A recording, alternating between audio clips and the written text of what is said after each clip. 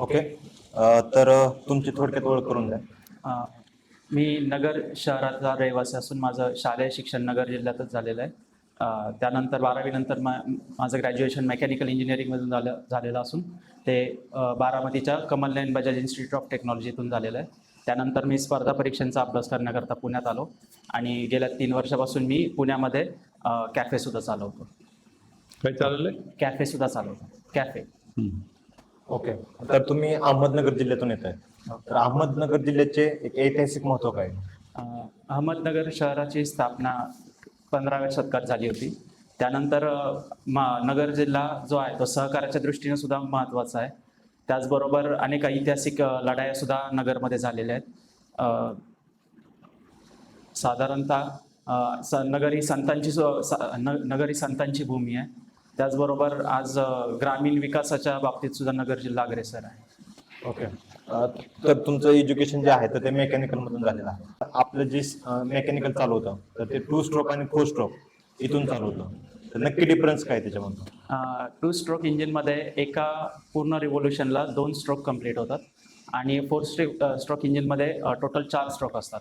Suction stroke, power stroke, suction stroke, compression stroke, power stroke आणि exhaust stroke. आणि 2 stroke इंजिनमध्ये 2च stroke असतात. एक सक्शन स्ट्रोक आणि दुसरा पॉवर स्ट्रोक. दोन्हीमध्येच सगळे हे होतात. जर सपोज आपण गाडी डिझेल आहे आणि त्याच्यामध्ये जर आपण पेट्रोल यूज केलं तर याचा काय परिणाम आहे? म्हणजे गाडीच चालू होत नाही आणि इंजिन खराब होतं. जर डिझेल इंजिनमध्ये डिझेल इंजिनमध्ये जर पेट्रोल यूज केलं तर तो हे होऊ शकतो. ओके.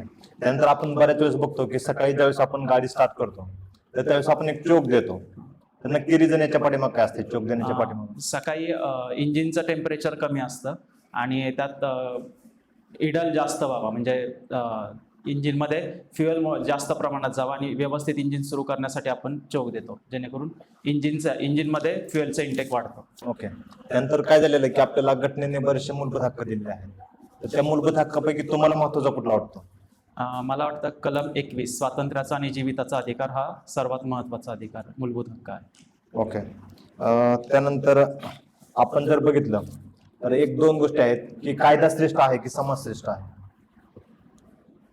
मला असं वाटतं कायद्याने चालणारा समाज हा सर्वश्रेष्ठ आहे. कायद्याने चालणारा समाज हा सर्वश्रेष्ठ आहे. सपोज तुमचे जे वरिष्ठ आहेत त्यांचे जे बेकायदेशीर आदेश आहेत तर ते तुम्ही फॉलो करणार का? एकदा मी त्याबद्दल त्यांना विचारून पाहिल, जर समजा अशा अडचणी आहेत म्हणून. त्यानंतर जर त्यांनी मला फोर्स करण्याचं, म्हणजे ते आदेश पाळण्याचं बंधनकारक केलं तर त्याबद्दल मी त्या जर त्यांचे आदेश लेखी असतील तर मी ते पालन त्यानंतर करेन. तुमचं एज्युकेशन जे आहे तर ते बारामतीमधून झालेलं आहे. तर बारामतीचं राजकीय काय याच्याबद्दल काय सांगू शकता तुम्ही? आज बारामतीमधून अनेक माननीय शरद पवार असतील, माननीय अजितदादा असतील आणि सुप्रियाताई असतील, त्यांचं राजकारणामध्ये खूप मोठं योगदान आहे. माननीय शरद पवार साहेब 4व्या मुख्यमंत्री होते. कधी होते ते? सर्वात आधी 1978 ते 1980 मध्ये. त्यानंतर 1984च्या दरम्यान एकदा होते आणि त्यानंतर 1993 ते 1995च्या आसपास होते. बर. तुमचं नगर जिल्हा सांगितलं ना तुम्ही? हो. ते चांद बीबी का मकबरा काहीतरी म्हणतात, ते कुठे? ते भुईकोट किल्ल्यापासून साधारणतः 15 किलोमीटर पूर्वेला चांदबिबीचा महाल आहे. कुठल्या रोडवर आहे कोण? तो नगर बीड नगर आष्टी रोडवर आहे बहुतेक तो. नगर सोलापूर रोडवर? नाही सर, नगर सोलापूर हायवे खालून जातो. बर.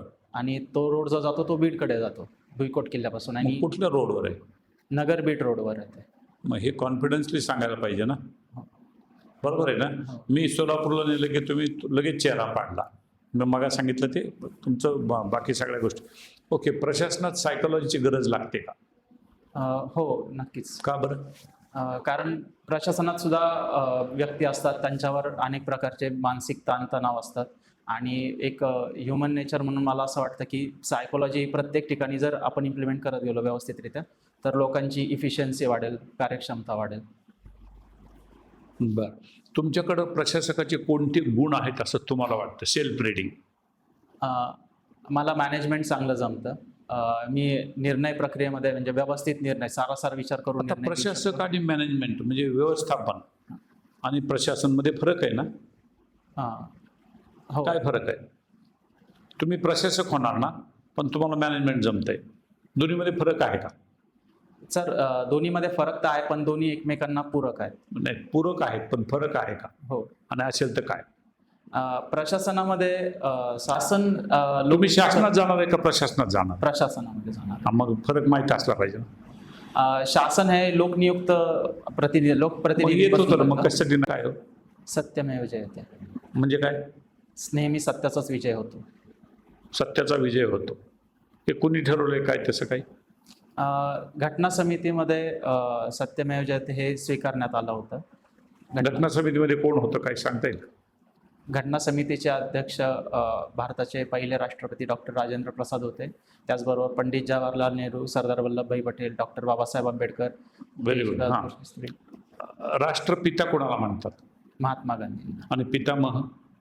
पितामह दादाबाई नौरोजी. व्हेरी गुड, छान सांगितल्याबद्दल. ते दोन्ही होतं.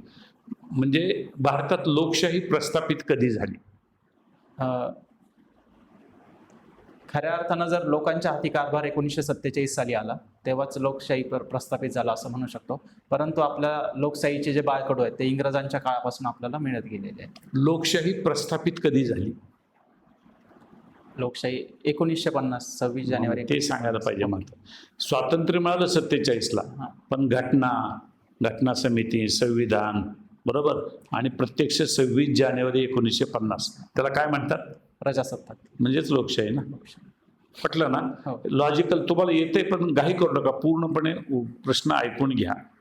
भारतात राज्य किती आहेत? 27 राज्य आहे. चुकतंय. नाही सर, 27 आधी 28 राज्य होती, परंतु जम्मू काश्मीर 2 केंद्रशासित प्रदेश झाल्यामुळे आता 27 राज्य आहे. आणि मग केंद्रशासित प्रदेश किती आहेत? 9. एकूण किती झाले? 27 आणि 9 36. हे तुम्ही आम्हाला नवीन माहिती दिली हा. हे तिकडे एक ढकलायचा तिकडं, बरोबर ना सर? काय? नाही, पहिले तुम्ही ही योग्य माहिती दिली, चांगली गोष्ट आहे. तुमचं त्याच्यातलं डेप्थ बरं आहे. महाराष्ट्रात जिल्हे किती आहेत? 36 जिल्हे आहेत. महाराष्ट्रात जिल्हे 36. आणि देशात राज्य? देशात 27, केंद्रशासित धरून 36 राज्य. सगळं 36 आहे. तुमचा जिल्हा कुठला? अहमदनगर. त्याच्या बॉर्डर सांगा बरं. अहमदनगरच्या उत्तरेला नाशिक जिल्हा आहे, ईशान्येला औरंगाबाद आहे, पूर्वेला बीड आहे, दक्षिणेला सोलापूर आहे आणि दक्षिण पश्चिमेला पुणे आणि पश्चिमेला ठाणे जिल्हा आहे. व्हेरी गुड, छान अभ्यास आहे तुमचा. अहमदनगर जिल्ह्यात एखादी नदी आहे का? हो. कोणती? अहमदनगर शहरातून सीना नदी जाते. त्याचबरोबर उत्तरनगर जिल्ह्यामध्ये प्रवरा, मुळा आणि गोदावरी नदी आहे. एखादं धरण आहे का अहमदनगर जिल्ह्यात? हो. भंडारदरा धरण आहे, मुळा धरण आहे, निळवंडे धरण आहे. Very good. अहमदनगर जिल्ह्याचं एक वैशिष्ट्य एका शब्दात सांगा म्हणलं तर काय सांगा? अहमदनगर हा सहकाराचा जिल्हा आहे. व्हेरी गुड, चांगले आहे तुमचं डेप्थ चांगली. तुम्ही